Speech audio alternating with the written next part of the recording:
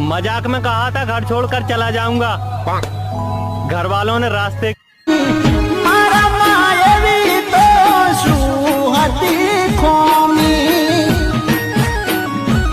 એ સોગન મારા તું ખાતી તી પ્રેમ મને બહુ કરતી તી સોગન મારા તું ખાતી તી પ્રેમ મને બહુ કરતી તી તમારે અમે લીજો હવે કલાજી રે